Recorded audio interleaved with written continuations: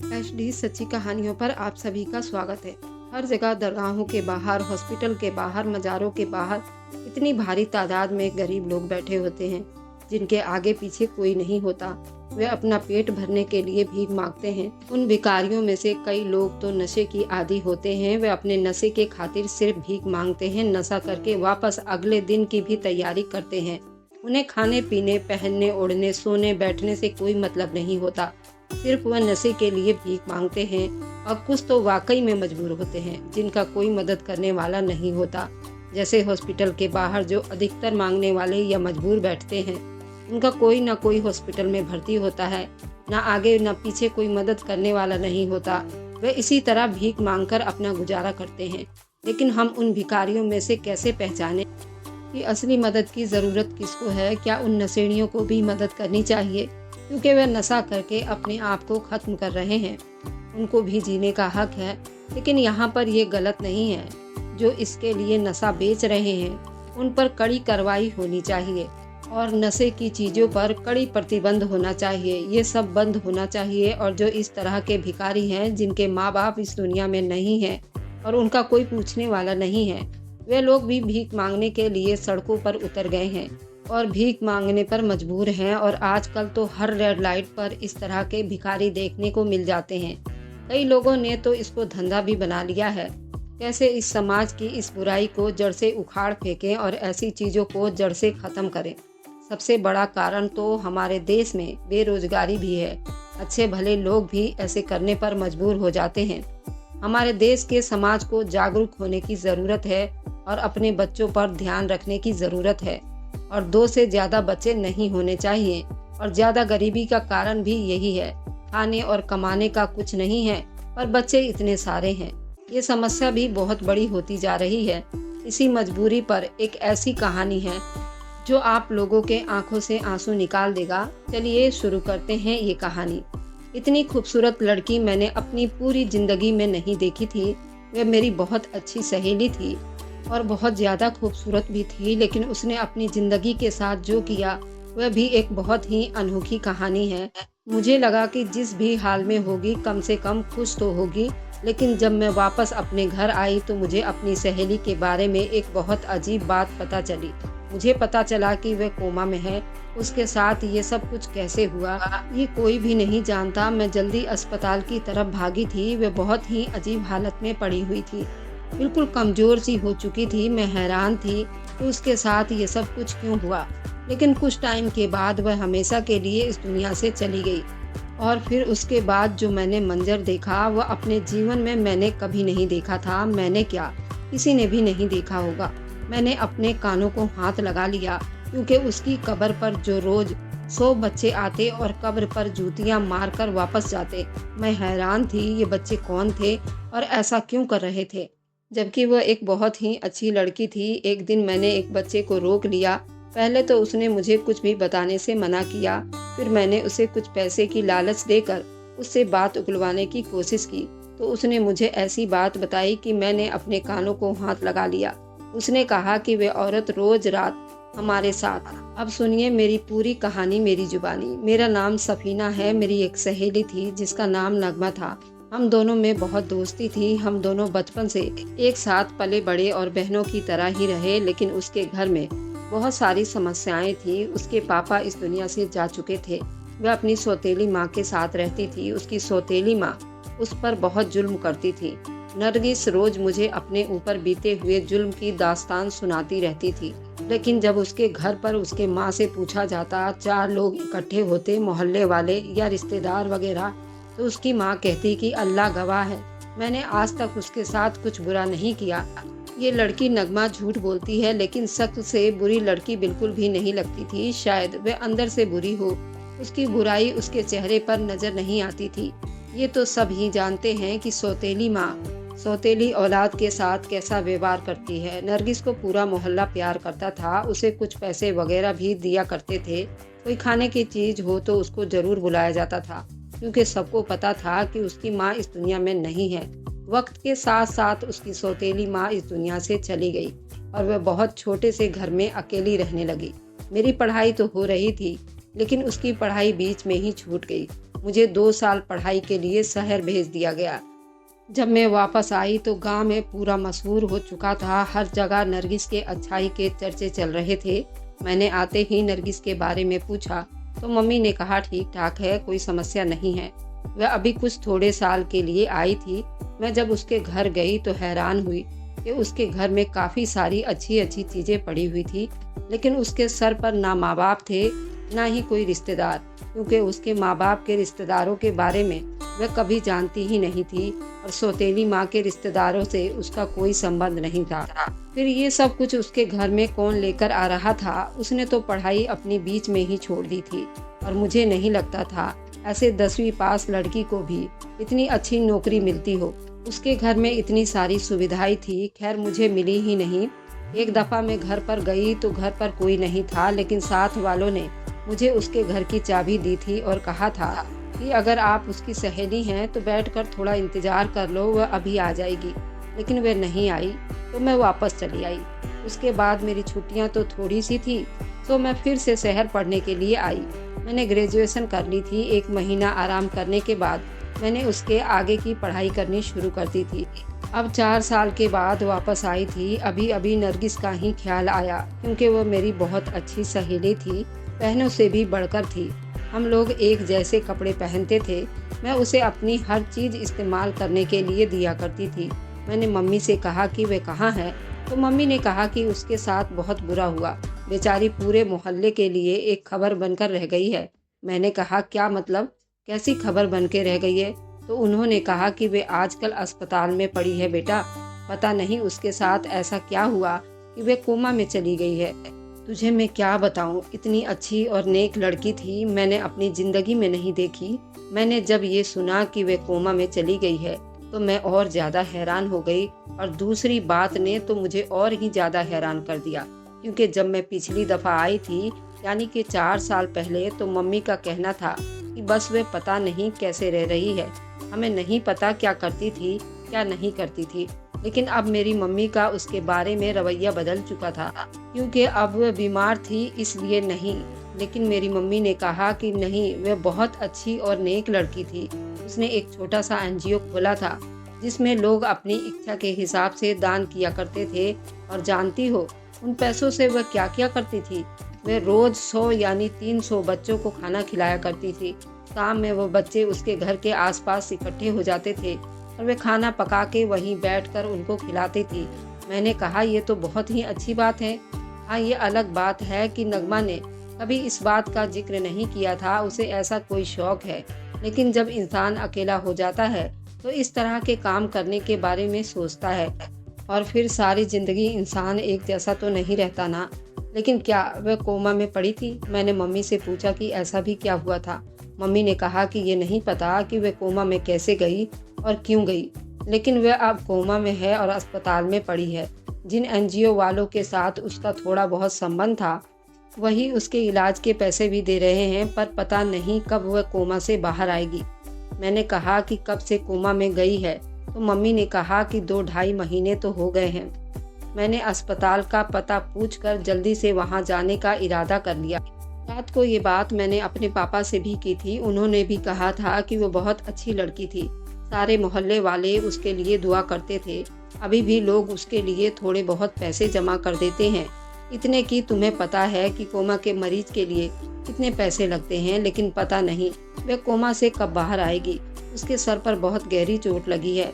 मैंने कहा चोट कैसे लगी? तो पापा ने कहा ये भी नहीं मालूम कि किसने उस पर वार किया था। मैंने कहा पर उस पर कोई क्यों वार करेगा? मेरे पापा ने कहा ये बात तो हम सब सोच ही रहे हैं। उससे पहले कि वह कुछ बताती उसके साथ ये सब कुछ किसने किया है, वह खुद ही कोमा में चली गई। अब जब तक उसे होश नहीं आएगा पता कैसे चलेगा?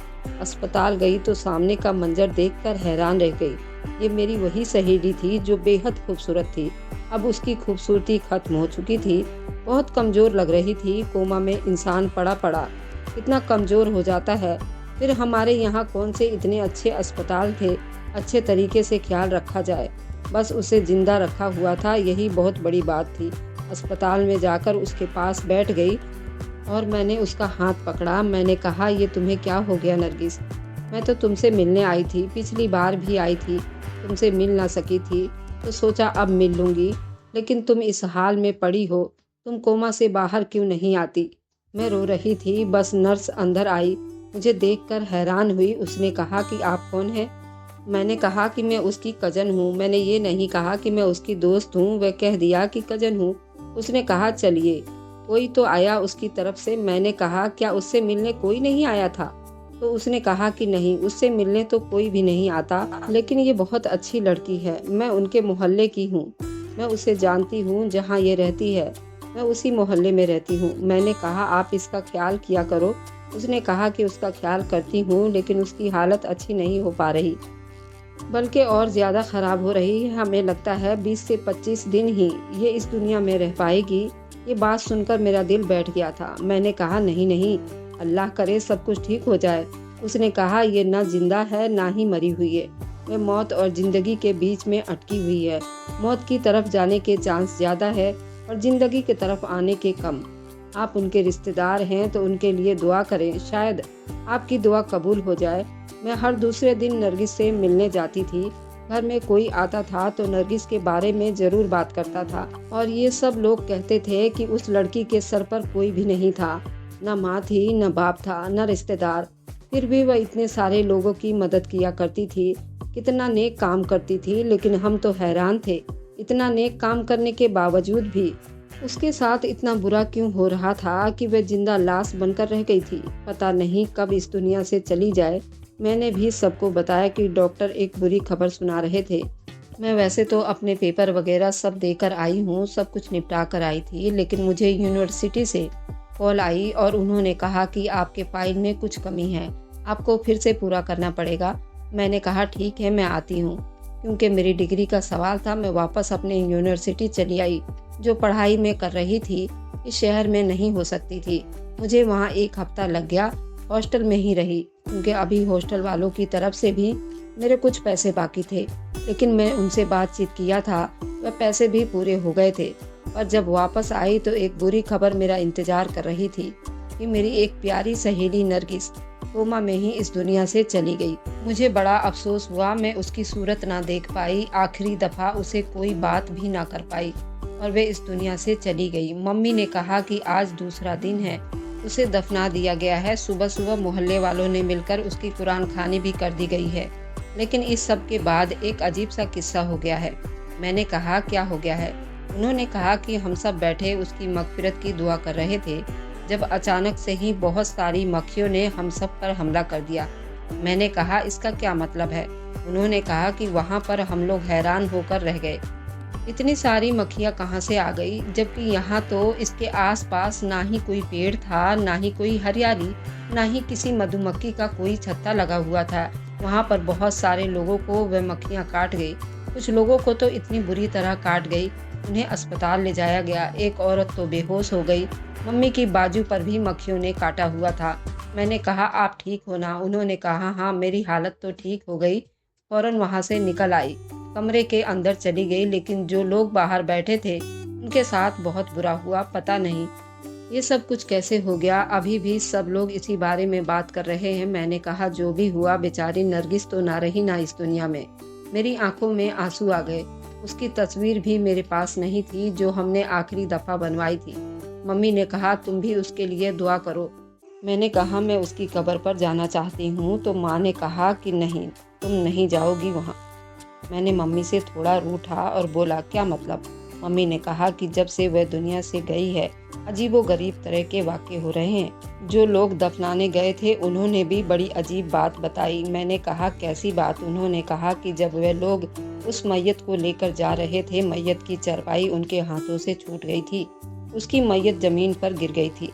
मैंने अपने मुंह पर हाथ रख लिया, क्योंकि ऐसा बहुत कम देखने को आया कि मैयत को ले जा रहे हैं और मैयत नीचे गिर जाए। मैंने कहा ये तो उन लोगों की गलती होगी ना, उन लोगों ने मैयत को ठीक से पकड़ा नहीं होगा। मम्मी ने कहा कि वे लोग ठीक से पकड़े हुए थे।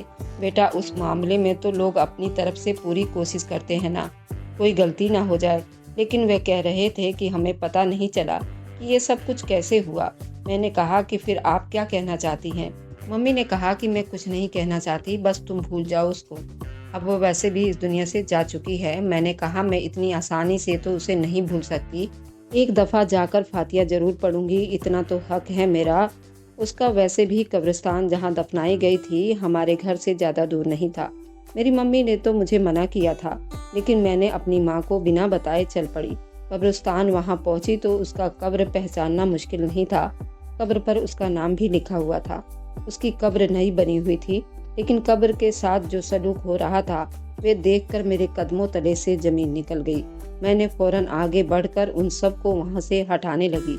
मैंने कहा, तुम लोगों को शर्म नहीं आती? तुम लोग ये क्या कर रहे हो? असल में वहाँ पर कुछ बच्चों की भीड़ थी जो 100 से भी ज़्यादा होंगे। उससे भी ज़्यादा उनके हाथों में पत्थर और जूतियाँ थी। जो बच्चे नरगिस की कब्र पर मार रहे थे, उन सबको देखकर ही लगता था ये भीख मांगने वाले हैं या गरीब गुरबा बच्चे हैं। उनके सर पर उनके माँ बाप नहीं हैं। मैंने उनको रोकना चाहा तो वे रुक नहीं रहे थे। मुझे ये मंजर देखकर मेरा दिल बहुत तकलीफ में था। वे बेचारी इस दुनिया से चली गई थी, उसकी कब्र के साथ ऐसा क्यों कर रहे थे ये लोग? क्या ये सारे पागल थे या उनको किसी ने समझाया नहीं था कब्र की बेइज्जती करना बहुत बड़ा गुनाह है? मुझे गुस्सा आया और मैंने चिल्लाकर उन सबको एक तरफ किया, एक दो बच्चों को थप्पड़ भी लगाए और साइड में किया। मैंने कहा, शर्म नहीं आती तुम लोगों को ये सब करते हुए? क्यों कर रहे हो ऐसा? उन्होंने कोई जवाब नहीं दिया और वहाँ से चले गए। मैंने कब्र को थोड़ा बहुत साफ किया क्योंकि उन्होंने वहाँ बहुत से पत्थर और जूते फेंक दिए थे। वह सब हटाकर मैंने एक तरफ रखे और फातिया पढ़ी। मेरे आंखों में आंसू आ गए थे। मैंने कहा, नरगिस, कोई तो ऐसी बात है जो तुम हमें बताए बगैर इस दुनिया से चली गई हो, और अब तुम्हारे साथ ये सब किस्से हो रहे हैं। हमें समझ नहीं आ रहा कि हम क्या सोच रहे हैं और क्या हो रहा है। काश तुम हमें कुछ बताकर जाती। मैंने सोचा कि मैं उसके घर जाती हूँ, कोई ना कोई सुराग मिल ही जाएगा। कोई डायरी या कोई किताब या कोई फ़ोन मोबाइल जिसमें इसके बारे में कुछ हो, उसके बारे में कोई जानकारी मिल जाए, पता चले कि उसकी ज़िंदगी के आखिरी दिन किस तरह बीते थे, वह क्या करती थी। मैंने यूं उनके जानने वालों से घर की चाबी ली और उन्होंने कहा कि पता नहीं उसके सामान का क्या होगा। उनकी अपनी नज़रें सामान पर थी, लेकिन वे मोहल्ले में बड़े अच्छे बने हुए थे, इसलिए शायद अभी तक उन्होंने वहाँ से कोई चीज़ नहीं उठाई थी। मैंने कहा कि मैं उसकी रिश्तेदार हूँ, मैं देख लूँगी, आप लोग फिक्र ना करें। उन्होंने कहा कि नहीं, वह हमें कहकर गई थी कि अगर मुझे कुछ हो जाए तो सामान आप लोग रख लेना। मैंने कहा, क्यों? क्या उसे पता था कि जवानी में ही मरने वाली है? उसे तो कोई बीमारी भी नहीं थी।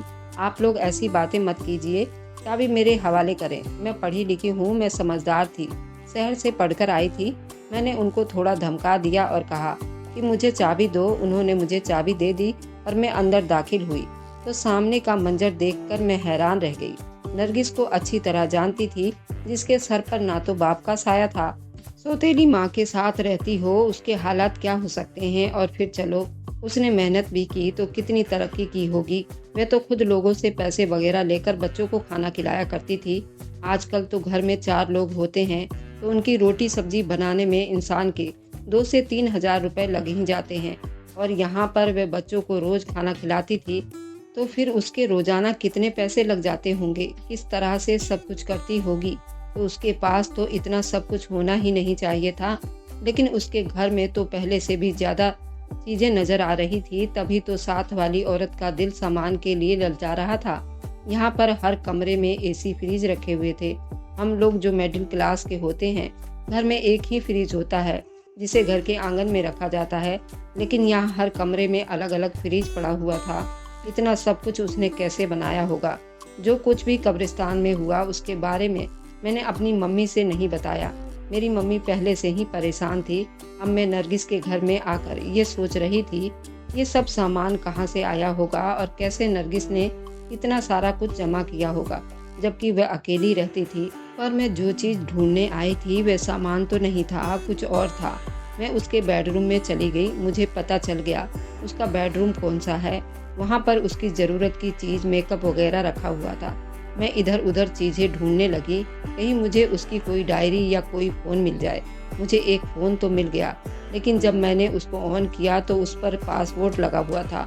पासवर्ड तो मुझे नहीं पता था क्या हो सकता था, पर जो तस्वीर वाली पिक्चर लगी हुई थी वह कुछ अजीब सी थी। उसने किसी लड़के की तस्वीर लगा रखी थी ऐसा लगता था कोई नॉर्मल सा लड़का है, जैसे घरेलू लड़के होते हैं, और उसने अपनी तस्वीर बनाकर भेजी हो, मतलब एक्टर या कोई वॉलपेपर नहीं था। क्या उस आदमी के साथ नरगिस का कोई संबंध था? अगर ऐसा था, फिर नरगिस के मर जाने के बाद वे आदमी सामने क्यों नहीं आया? फिर मैं अस्पताल वालों के पास गई, उनसे फिर से पूछताछ की। आप लोग मुझे बारीकी से बारीक डिटेल भी बताएं कि उसके साथ क्या हुआ था। उन्होंने कहा ज़्यादा तो कुछ पता नहीं, लेकिन जब वह आई थी तो उसके बदन पर घाव के निशान थे। ये सुनकर मैं हैरान रह गई। मैंने कहा कि फिर आप लोगों ने ये बात किसी को क्यों नहीं बताई? उन्होंने कहा कि हम किसको बताते, कोई पूछने नहीं आया। मैंने कहा कैसे निशान थे? कहा ऐसे निशान थे जैसे किसी ने उसको बहुत बुरी तरह से मारा हो। उसके साथ और कोई हरकत नहीं हुई थी, उसके साथ कोई रेप वगैरह भी नहीं हुआ था, बल्कि उसके साथ मारपीट हुआ था और सर पर गहरी चोट भी आई थी, इसलिए शायद वह कोमा में चली गई। और मैंने कहा कि हम तो खुद हैरान थे, क्या कोई इतनी अच्छी लड़की को कौन मारेगा? मैंने फिर पूछा उसे यहाँ लेकर कौन आया था, तो उन्होंने कहा कि हमें नहीं पता, बस उसे कोई अस्पताल के बाहर छोड़ गया था। नाइट ड्यूटी वालों ने उसको देख लिया था और उठाकर इलाज किया। मोहल्ले के कुछ लोग उसे जानते थे, इसलिए हमने उसका इलाज शुरू कर दिया था। उसकी जानकारी लेने पर तो मामला और ही उलझते जा रहे थे। नरगिस ऐसा क्या करती थी, ये एक मामला बनकर रह गया था। उस पर किसी ने उसकी जांच भी नहीं करवाया था कि वह कैसे कोमा में गई और फिर अचानक से मर कैसे गई, और फिर उसकी कब्र के साथ बच्चे इस तरह के हरकतें क्यों कर रहे थे। फिर उसके बाद एक और बहुत अजीब बात पता चली कि ये वही बच्चे थे जिनको नरगिस रोज खाना खिलाया करती थी। ये बच्चे इसी कॉलोनी के पास वाली झुग्गियों में रहा करते थे। कोई किसी साइकिल की दुकान पर काम करता था, किसी का बाप नहीं था। वे सारे के सारे अनाथ बच्चे थे, बहुत ज्यादा गरीब थे। वे सारे बच्चे नरगिस की वजह से अच्छा खाना खाते थे और पीते थे। फिर उसके कब्र की तौहीन क्यों कर रहे थे? फिर मैं कब्रिस्तान चली गई और उन बच्चों ने फिर से कब्र के साथ यही सब कुछ किया हुआ था, बल्कि इस दफा तो उन्होंने कब्र को नुकसान भी पहुंचाया था। मैंने अपने कजन को फ़ोन किया, अपने भाई से कहा कि तुम मेरी माँ को मत बताना। कजन से कहकर नरगिस की कब्र को फिर से मरम्मत करवाई।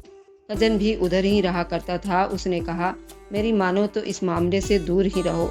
ये लड़की थी तो बहुत नेक, लेकिन सबके लिए सवाल बनकर रह गई है। तुम भी उसे भूल जाओ, वैसे भी वह इस दुनिया से जा चुकी है। अब क्या हुआ और क्या नहीं हुआ, हम क्या कर सकते हैं? मैंने कहा ठीक है, लेकिन मेरे दिल में जो इतने सारे सवाल थे, मुझे उनका जवाब चाहिए था। मैं अपनी बहन जैसी दोस्त को ऐसे नहीं छोड़ सकती थी। अब मेरे पास एक ही रास्ता था। मुझे पता था कि मेरी मदद कौन कर सकता था। मैं उन बच्चों को देख चुकी थी कहाँ रहते थे, और एक दिन घर से निकली और ढूंढने लगी कि मुझे उन बच्चों में से कोई एक बच्चा मिल जाए, क्योंकि उनकी शक्ल मुझे याद हो गई थी।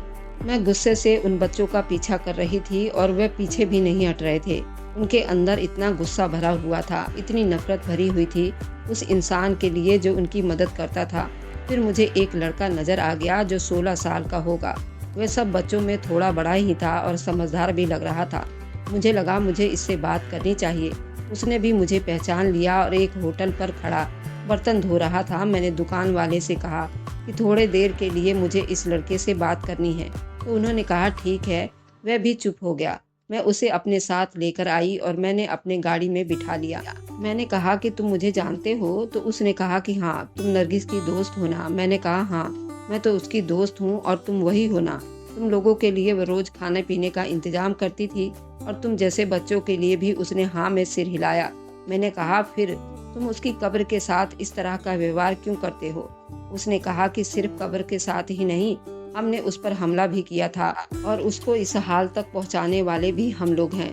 और ये बात ऐसे बता रहा था जैसे बड़ी अच्छी बात हो, और ये सब करके उसने कोई बड़ा तीर मार लिया हो। मैंने कहा ये सब तुमने क्यों किया? जो तुम्हारी मदद करे उसके साथ तुम ऐसे क्यों करते हो? मुझे गुस्से में आता देखकर उसने कहा गलती हमारी नहीं, नरगिस की थी। वह उसे नाम से बुला रहा था, वह भी बड़ी नफरत से। उसने कहा कि तुम्हें पता है कि वह क्या करती थी? मैंने कहा कि क्या करती थी? उसने कहा कि वह सब बच्चों से भीख मंगवाती थी। सिर्फ इतना ही नहीं, हमसे जगह जगह काम भी करवाती थी। बस एक टाइम के खाने और थोड़े पैसों के पीछे वह हमसे इतनी मेहनत करवाती थी, और हम वो मेहनत अपने लिए करते तो न जाने क्या कुछ बना लेते। क्या तुमने उसके घर में वह सब कुछ नहीं देखा? वह सब कुछ हमारी मेहनत का बना हुआ है। और सिर्फ इतना ही नहीं, अगर कोई बच्चा कहता है कि मैं ये सब कुछ किसी को बता दूंगा, पुलिस को या किसी और को, उसको मारती भी थी। इसलिए हमने ये प्लान बनाकर उसको इस हाल तक पहुंचा दिया। और फिर जब इस दुनिया से चली गई तो हमारा गुस्सा अभी तक खत्म नहीं हुआ था। हम तो बच्चे थे, कुछ बच्चे मुझसे भी छोटे थे, उनके अंदर बहुत गुस्सा भरा हुआ था, इसलिए हम सब ने ये हरकत की। हम उसे कभी माफ़ नहीं करेंगे। मैं ये सुनकर हैरान रह गई। मैंने कहा, तुम झूठ बोल रहे हो? उसने कहा कि अगर मैं झूठ बोल रहा हूँ तो फिर तुम ही बताओ कि उसके साथ ये सब कुछ कैसे हुआ। उसने मुझे बताया कि वह खुद दूसरे लड़कों के साथ संबंध रखती थी, उनसे भी पैसे लिया करती थी और फिर उनसे भी दूर हो जाया करती थी। मुझे ऐसा लगा कि नरगिस की सौतेली माँ ने उस पर जो इतना जुल्म किया था, उसने जुल्म करने को एक नॉर्मल बात समझ लिया था। कहते हैं ना कि जो बच्चे के साथ किया जाता है, बच्चा वही दोहराता है। मैंने उसकी बुरी हरकतों की वजह ढूंढना शुरू की। फिर उसने बुरा किया तो उसके साथ बुरा हुआ। ये बात बहुत ही हैरान करने वाली थी। वे पूरे मोहल्ले में नेक लड़की मशहूर थी, जो बच्चों की मदद करती थी, लेकिन असल में बच्चों के नाम पर अलग धंधा चला रही थी, पैसे कमवा रही थी, अपना घर भी भर रही थी, बच्चों से काम भी करवाती थी, भीख भी मंगवाती थी और बहुत फायदे में जा रही थी। शायद जमाने वालों ने उसको इस तरह बना दिया था। हाँ, आप लोग ये सोच रहे होंगे कि मैं अभी भी उसकी साइड ले रही हूँ। क्या करूँ? वह मेरी सहेली थी, मैं उसे बहुत प्यार करती थी। मैं अभी भी उसकी मगफिरत की दुआ करती हूँ। इस दुनिया में तो उसे अपने किए की सज़ा मिल गई थी, लेकिन आखिरत में उसके साथ भलाई हो जाए। आप बताइए कि क्या आप ऐसे इंसान को कभी माफ़ कर पाएंगे? आपके दिल में उसके लिए कोई हमदर्दी होती जो बच्चों के साथ इस तरह का व्यवहार रखती हो? शायद उसने अपनी सौतेली माँ के हाथों इतना दुख सहा था, इसलिए उसने अपने दिमाग पर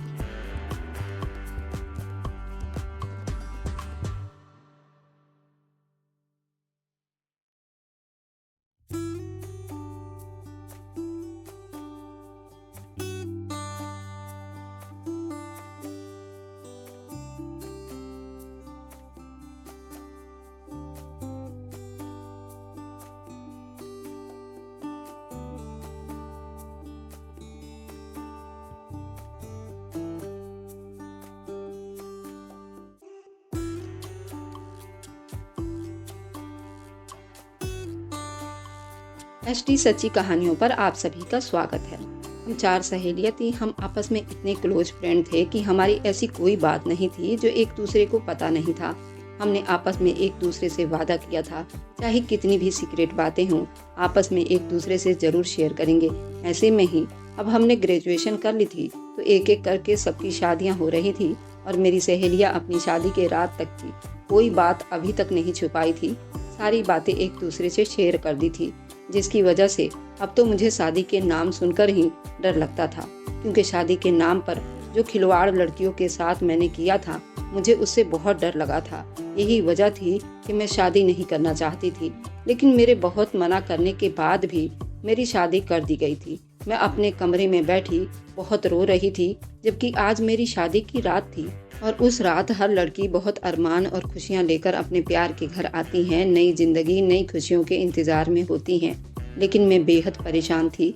मैं इस तरह बदहवासी का शिकार हो रही थी। पति के आने का सोचकर मेरा दिल बुरी तरह से कांप रहा था। मेरा जी चाहा कि मैं कहीं छुप जाऊं, जहां मेरा पति मुझे देख ना सके। काश कि ये मंजर मेरी आंखों के सामने से गायब हो जाए।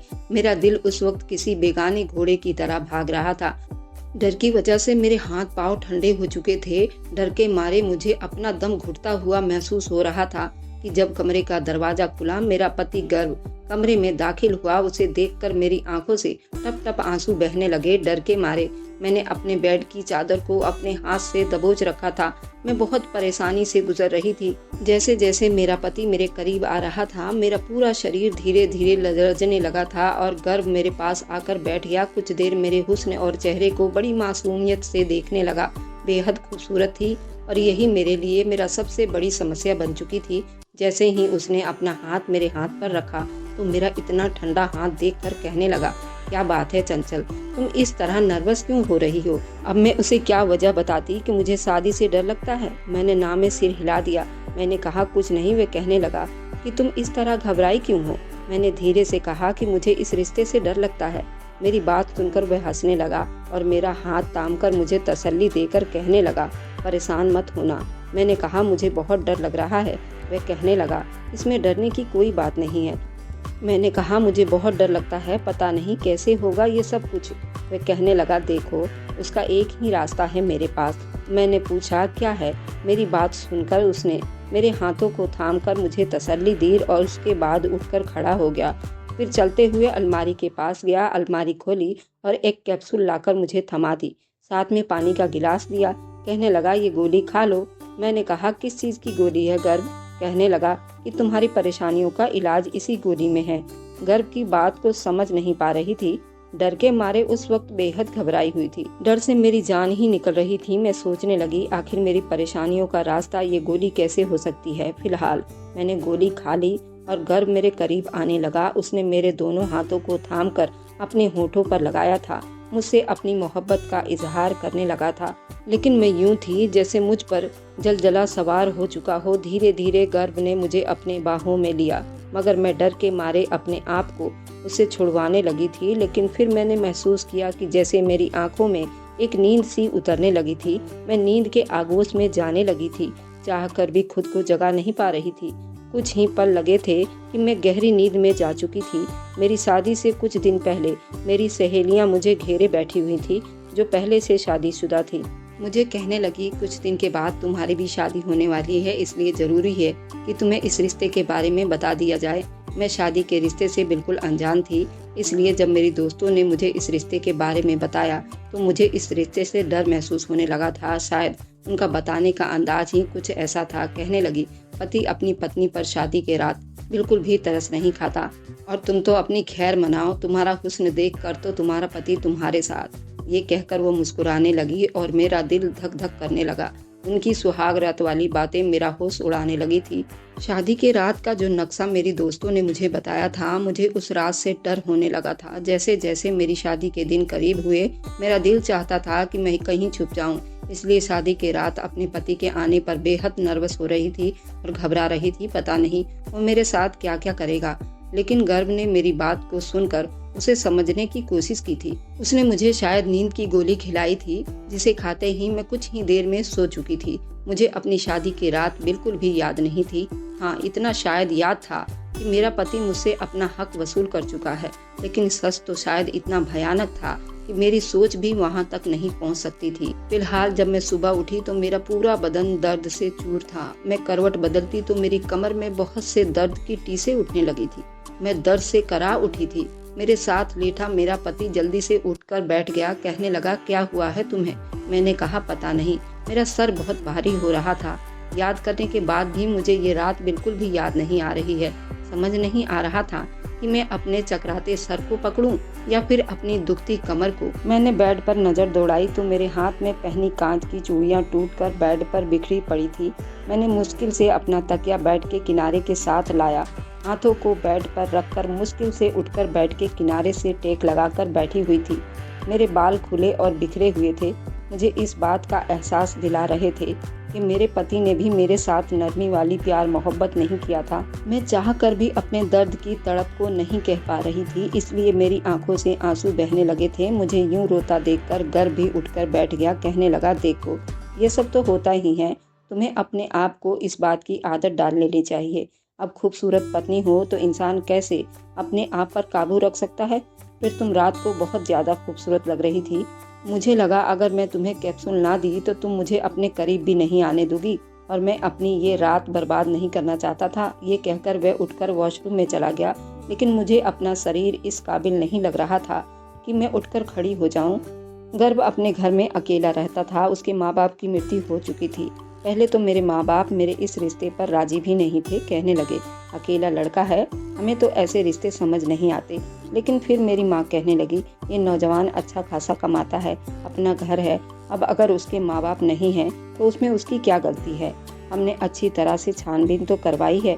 इस रिश्ते में किसी ने कोई भी बुराई या नुक्स नहीं निकाला। अच्छा है, मेरी बेटी पर ससुराल का बोझ नहीं होगा। मैं नहीं जानती थी शादी के रात ही मेरी ऐसी हालत हो जाएगी। मैं खड़ी होने के लिए भी मोहताज हो जाऊंगी। गर्भ जब नहाने के लिए बाहर आया तो कहने लगा, देखो मेरे घर में तुम्हारी सेवा के लिए कोई नौकरानी नहीं है, इसलिए ये घर तुमको ही संभालना है। मुझे उसकी बात पर कोई भी एतराज़ नहीं था, लेकिन मुझे अपने आप में उस वक्त इस काबिल नहीं लग रहा था कि मैं उस वक्त उठकर नाश्ता बना सकूं। मुझे ये कहकर वह कमरे से बाहर चला गया था कि जल्दी से उठकर बाहर आओ और मेरे लिए नाश्ता बनाओ। जब मैं बेड से उठकर खड़ी हुई तो मेरी कमर यूं थी कि अब टूट जाएगी। कमर पर हाथ रखा और नहा धोकर कमरे से बाहर निकल गई। गर्भ आंगन में ही बैठा फ़ोन पर किसी से हंस हंस कर बातें कर रहा था। जो बातें वह कह रहा था उससे मुझे शर्म से पानी पानी कर दिया था। वह मेरी बीती हुई रात के बारे में न जाने किससे बता रहा था, वह भी बड़ी बेशर्म अंदाज में। जल्दी से अपनी नज़रें झुकाए किचन में चली गई। बड़ी मुश्किल से ही मैंने अपना और गर्भ का नाश्ता बनाया था। नाश्ते के बीच में झिझकते गर्भ से ये बात कही थी। मैंने कहा, गर्भ मेरी कमर में बहुत दर्द है, इसलिए मैं शायद रात को आपको वक्त ना दे सकूं। गर्भ उस वक्त चाय पी रहा था। मेरी बात सुनकर उसका कप होठों के करीब जाते हुए रुका था। कहने लगा, देखो मैं तुम्हारे इस तरह के एक्सक्यूज नहीं सुन सकता। मुझे हर हाल में बहुत जल्द मुझे अपनी औलाद चाहिए, इसलिए मैंने तुमसे शादी की है। उसकी बात सुनकर मेरा दिल बेचैन सा हुआ था। मैं नहीं जानती थी रात को मेरे साथ क्या हुआ है, लेकिन जो हालत मेरी उस वक्त थी, मैं शायद ज़्यादा इसके बारे में जानकारी नहीं थी। लेकिन फिलहाल ये आदमी मेरी हर परेशानी से बेखबर, बस अपनी ही सोच में मगन और अपनी मनमानी करना चाहता था। जैसे कि रात हुई, मुझे लगा मेरा दिल किसी ने मुट्ठी में दबा लिया हो। रात को फिर गर्भ ने मुझे वह कैप्सूल दी थी। मैंने कहा, मुझे नहीं खानी। कहने लगा, ये नींद की दवा नहीं है। मैंने कहा, ये किस चीज़ की दवा है? कहने लगा, जल्द प्रेग्नेंट होने की दवा है। ये सुनकर मैं कुछ देर तो उसकी शक्ल देखती रही। आखिर उसे किस बात की जल्दी थी? मेरी शादी को कौन से 6-7 साल बीत चुके थे। अभी मेरी शादी को 4 दिन भी नहीं बीते थे, वह प्रेग्नेंट होने के लिए कैप्सूल देने लगा था। मैंने कहा, अभी तो हमारी शादी को 1 महीना भी नहीं हुआ है। कहने लगा, मैं कुछ नहीं जानता, शायद तुम्हें अंदाज़ा नहीं है मुझे कितनी चाह है, औलाद की ख्वाहिश है। मैं नहीं चाहता ज़्यादा वक्त खराब करूं। 1 साल में पहले देखता रहूं कि तुम्हें औलाद हो सकती है या नहीं, और फिर तुम्हें दवा खिलाऊं। ये कहकर उसने कैप्सूल मेरे मुंह में डाल दी थी और पानी का गिलास मेरे हाथ में थमा दिया। मैंने पानी पी लिया और दवाई अपने हल्क से अंदर उतार ली थी। लेकिन मुझे हैरानी उस वक्त हुई थी जब फिर से वही रात वाली बेहोशी मेरे दिमाग में छाने लगा था। मैं ये बात सोचती, अगर ये दूसरी कैप्सूल थी तो मैं बेहोश क्यों हो रही थी? मुझ पर क्यों इतनी जबरदस्त नींद सवार होने लगी थी? मैं गहरी नींद में जा चुकी थी, लेकिन इस बार गहरी नींद और बेहोशी के बाद भी मुझे अपनी चीखें मेरे कानों में सुनाई दे रही थी, क्योंकि मेरी कमर में बहुत दर्द उठ रहा था। दर्द की इतनी तेज थी कि गहरी नींद के बावजूद भी मैं रो रही थी। इस बार मेरी आंख दर्द की वजह से जल्दी खुल गई थी। उस वक्त मेरी कमर में इतना दर्द था, मैंने गर्भ को उठा दिया। मैंने कहा, मेरी कमर में बहुत तकलीफ है, मुझे बर्दाश्त नहीं हो रही, भगवान के लिए मुझे डॉक्टर के पास ले जाओ। लेकिन वे अनजान सी सूरत बनाकर कहने लगा, अभी तो दिन भी नहीं चढ़ा और तुम क्यों मेरी नींद का बेड़ा गर्क कर रही हो? मैं तुम्हें दर्द की दवा दे देता हूँ, तुम खा लो। उसने मुझे एक और दवाई दे दी, जिसे खाकर मेरे दर्द में बस जरा सा आराम हुआ था, इतना कि मैं सो गई थी। लेकिन जैसे ही मैं सुबह उठी, दर्द फिर से बढ़ने लगी थी। अब तो ये रोज का आदत बन गया था। बराबर 10 दिनों से मैं इसी तकलीफ को सह रही थी, लेकिन गर्भ को तो जैसे मेरी किसी भी तकलीफ का कोई एहसास नहीं था। एक दिन वो ऑफिस से वापस लौटा तो मैंने कहा, मुझे मायके छोड़ दो, मुझे गर्भ से दूर रहने का बस यही एक बहाना सूझा था। वह कहने लगा, सवाल ही पैदा नहीं होता, जब तक कि मेरी औलाद तुम्हारे कोख में नहीं आ जाती मैं तुम्हें कभी नहीं भेजूंगा। मुझे समझ नहीं आती थी आखिर उसे औलाद की इतनी जल्दी क्यों है। हर चीज अपने वक्त पर होती है, औलाद का हो जाना मेरे बस में तो नहीं है। 10 दिन में ये हाल हो चुका था कि मैं चल फिर भी नहीं पा रही थी। दर्द की दवा खा कर अब तो मेरा सर भी डिस्टर्ब हो चुका था। गर्भ को डॉक्टर के पास ले जाने के लिए कहती तो इस बात को भी नहीं मानता था। कहता था, डॉक्टर भी तुम्हें दर्द की दवाई ही देगा। लेकिन एक बार जैसे ही वह घर से बाहर गया, मैंने अपनी माँ को बुलाया और उनके साथ एक लेडी डॉक्टर के पास चली गई। मैंने उससे कमर दर्द की शिकायत का कहा और मेरा हाथ अब भी अपनी कमर पर था। मैं 10 दिनों से बराबर इस दर्द को बर्दाश्त कर रही थी। डॉक्टर ने जब मेरा चेकअप किया तो अपने कानों को हाथ लगाने लगी। जो बात डॉक्टर ने मुझे बताई वह सुनकर तो मैं सांस लेना ही भूल गई थी। मैंने ना में सिर हिला दिया। मैंने कहा, ऐसा नहीं हो सकता, आपको कोई गलत फहमी हुई है। वह कहने लगी, मेरे पास ऐसे बहुत से केस आते हैं इसलिए मैं जानती हूँ कि तुम्हारे साथ क्या हुआ है। फिर वह मुझसे कहने लगी कि क्या तुम उस वक्त होश में होती हो जब तुम्हारा पति तुम्हारे साथ शारीरिक संबंध बनाता है? मैंने नामे सिर हिला दिया, क्योंकि गर्भ तो रोज मुझे जल्दी प्रेग्नेंट हो जाने की दवाई दे देता था, जिसको खाते ही मैं बेहोश हो जाती थी। लेकिन जो बात लेडी डॉक्टर ने मुझे कही थी, मुझे उसकी बात सुनकर गर्भ पर शक होने लगा था। वह कहने लगी, अगर तुम्हारे पति को तुमसे मोहब्बत है तो वह तुम्हें नींद की दवा देकर क्यों शारीरिक संबंध बनाता है? उसकी क्या वजह है? इस तरह का सवाल सुनकर मुझे गर्भ पर शक होने लगा था, लेकिन मैं ये कैसे जान सकती थी कि सच क्या है, क्योंकि मैं इससे पहले भी कई बार कैप्सूल को खाने से मना कर चुकी थी, लेकिन वह मेरी एक नहीं सुनता था। जबरदस्ती मेरे मुंह में वह कैप्सूल डाल देता था और पानी का गिलास मेरे होठों पर लगा देता था। अपने सामने वो मुझे कैप्सूल खिला देता था। डॉक्टर कहने लगी, अच्छा ऐसा करो, मुझे तुम वो कैप्सूल का नाम बताओ। तब मैंने सोचा कि मुझे तो उस कैप्सूल के बारे में कुछ पता भी नहीं है। आज तक गर्भ ने मुझे वह कैप्सूल का पत्ता दिखाया ही नहीं था। वह तो अलमारी से ही निकाल कर मुझे दे देता था। लेकिन मैंने जब ये बात लेडी डॉक्टर को बताई तो वह हंसने लगी, कहने लगी, ऐसी कौन सी दवाई है जो तुम्हारा पति इतना छुपा कर रखता है? वह रोजाना तुम्हारे मना करने पर भी तुम्हें वह कैप्सूल खिला देता है। तुम अपने पति की हरकतों पर नजर रखो और पता करो। तुम्हें मेरी बात अच्छी तरह समझ आ गई है ना? डॉक्टर मुझे ये सारी बातें कह रही थी। उस वक्त मैं ही अकेली उस लेडी डॉक्टर के कमरे में थी। मेरी माँ कमरे से बाहर बैठी हुई थी, इसलिए हर बात से अनजान थी। मैं अपने खोए हुए दिमाग से अपने घर तक पहुंची थी। मेरी माँ मुझसे कहने लगी, तुम अपना ख्याल क्यों नहीं रखती हो? तुम्हारे सर पर तो सास ससुर और ननद देवर की जिम्मेदारी भी नहीं है, और तुम्हारा पति भी तुमसे बेहद मोहब्बत करता है। 10 दिनों में तुमने अपनी क्या हाल बना रखी है? तुम्हारी रंगत तो बिल्कुल पीली पड़ चुकी है। अब मैं अपनी माँ को क्या बताती मैं किस मुसीबत में फंस चुकी हूँ। मेरा पति किसी वैसी जानवर से कम नहीं था। रात को मुझे नींद की दवा खिलाकर मेरे साथ खिलवाड़ करा करता था। मेरी माँ मुझे समझाकर अपने घर जा चुकी थी। मैं पूरा दिन डॉक्टर की बातों को सोचती रही, लेकिन मेरे पास इस बात का कोई भी सबूत नहीं था, और ये ऐसी बात थी मैं गर्व से नहीं कह सकती थी। मुझे अपने आप अब बिल्कुल बेबस लग रहा था। मेरा जी चाहा कि मैं अपनी माँ के साथ ही उनके घर चली जाऊं, लेकिन मेरी माँ मुझे कभी भी मेरे पति के परमिशन के बगैर अपने घर नहीं ले जा सकती थी। मैं समझ नहीं पा रही थी आखिर मैं क्या करूं, क्या ना करूं। फिर मेरे दिमाग में एक आइडिया आया। मैं अलमारी खोलकर देखती हूँ आखिर गर्भ मुझे कौन सी कैप्सूल खिलाता है। मैं जल्दी से उठकर खड़ी हो गई। धीरे धीरे से चलती हुई कमरे में आई थी और गर्भ की अलमारी खोली। सामने ही उसके कपड़े टंगे हुए थे। मैंने एक एक जोड़ा उठाकर देखा, लेकिन मुझे वे दवाई कहीं नहीं मिली। फिर दराज भी खोल कर देखा, उसमें भी उसके जरूरी कागजात थे। कोई भी कैप्सूल नहीं थी। लेकिन जब मैंने लॉकर खोलना चाहा तो वह लॉकर बंद था। समझ गई वे दवाई गर्भ ने उसी लॉकर में रखी होगी। रात को जब गर्भ वापस आया तो उसे खाना दिया, लेकिन मेरी भूख तो जैसे उड़ चुकी थी। मैंने खाना नहीं खाया था। बस रात को सोते वक्त मैं दूध का गिलास पी लिया था। पहले कि गर्भ कमरे में आता मैंने जल्दी से बेड पर लेट गई और अपनी आंखें बंद कर ली, ताकि गर्भ को लगे कि मैं सो चुकी हूँ। हो सकता है वह मुझे सोया हुआ देखकर मुझे वह कैप्सूल ना खिलाए और ना ही मुझ पर नींद सवार हो। आखिर मेरे साथ वह रात को क्या करता है। कुछ देर के बाद ही गर्भ कमरे में आया। मुझे बेड पर सोता हुआ देखकर वह बाजू से पकड़कर मुझे उठाने लगा, कहने लगा, उठकर बैठो। मैंने अपनी आंखें खोली तो गर्भ माथे पर तेवर चढ़ाए मुझे देख रहा था। मैंने कहा, अगर मुझे नींद आ रही है, मैं सोना चाहती हूँ, मेरे कमर में शायद दर्द है। मेरी बात सुनकर गर्भ कहने लगा, ये बहाने तुम मेरे सामने मत लाया करो। मैं तुम्हें पहले भी कह चुका हूँ कि मुझे हर कीमत पर अपनी औलाद चाहिए। चलो उठो और दवाई खाओ। मैं उठकर बैठ गई। मैंने कहा, आखिर आपने कैप्सूल अपनी अलमारी में छुपा क्यों रखी है? मेरे बाकी दवाई के साथ रख लिया करो, मैं खुद खा लिया करूँगी।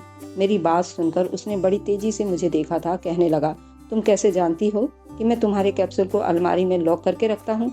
मैं उसकी बात सुनकर घबरा गई थी। जल्दी जल्दी में शायद कुछ गलत कह दिया था। मैंने कहा, ऐसा नहीं है, मैंने सोचा था कि आज कैप्सूल मैं खुद खा लूंगी। मैंने आपकी अलमारी में देखा तो कहीं भी वह कैप्सूल दिखाई नहीं दिया था। मुझे लगा शायद आपने लॉकर में रखी होगी। एक बहाना ढूंढ लिया था। वह कहने लगा, मुझे इतना ज़्यादा परेशान होने की ज़रूरत नहीं है। मैं वह दवाई रोजाना तुम्हें खिलाता हूँ और जब तक बच्चा नहीं हो जाता मैं तुम्हें खिलाता रहूँगा। मैंने कहा, गर्भ, मेरे पेट में बहुत दर्द हो रहा है। आप क्यों मुझे डॉक्टर के पास लेकर नहीं जाते? और प्रेगनेंसी का पूरा एक ट्रीटमेंट होता है और ये कोई लेडी डॉक्टर ही मुझे बता सकती है। खुद से कैप्सूल खाना ठीक नहीं होता। मैंने सोचा मेरी इस बात पर गर्व शायद मुझे वह दवाई ना दे, लेकिन वह कहने लगा, मैं जानता हूँ वह दवाई औरतों को प्रेग्नेंट करती है। तुम्हें किसी भी डॉक्टर से कोई इलाज करवाने की ज़रूरत नहीं है, तुम बस मेरी बात मानो, वह तुम्हारे लिए काफ़ी है। मैंने कहा आज मैं कोई भी दवाई नहीं खाऊंगी। मेरा यह कहना था कि गर्व का पारा हाई हो गया था। उसने मुझे ज़बरदस्ती वह दवाई खिलाई थी और दवाई खाने के बाद मेरी फिर से वही हालत होने लगी थी। सुबह मैं अपनी बेबसी पर फूट फूट कर रो रही थी। अगर यही हाल रहा तो बहुत जल्द मैं मर जाऊंगी, इसलिए मैंने उसके लिए ये आइडिया लगाई थी।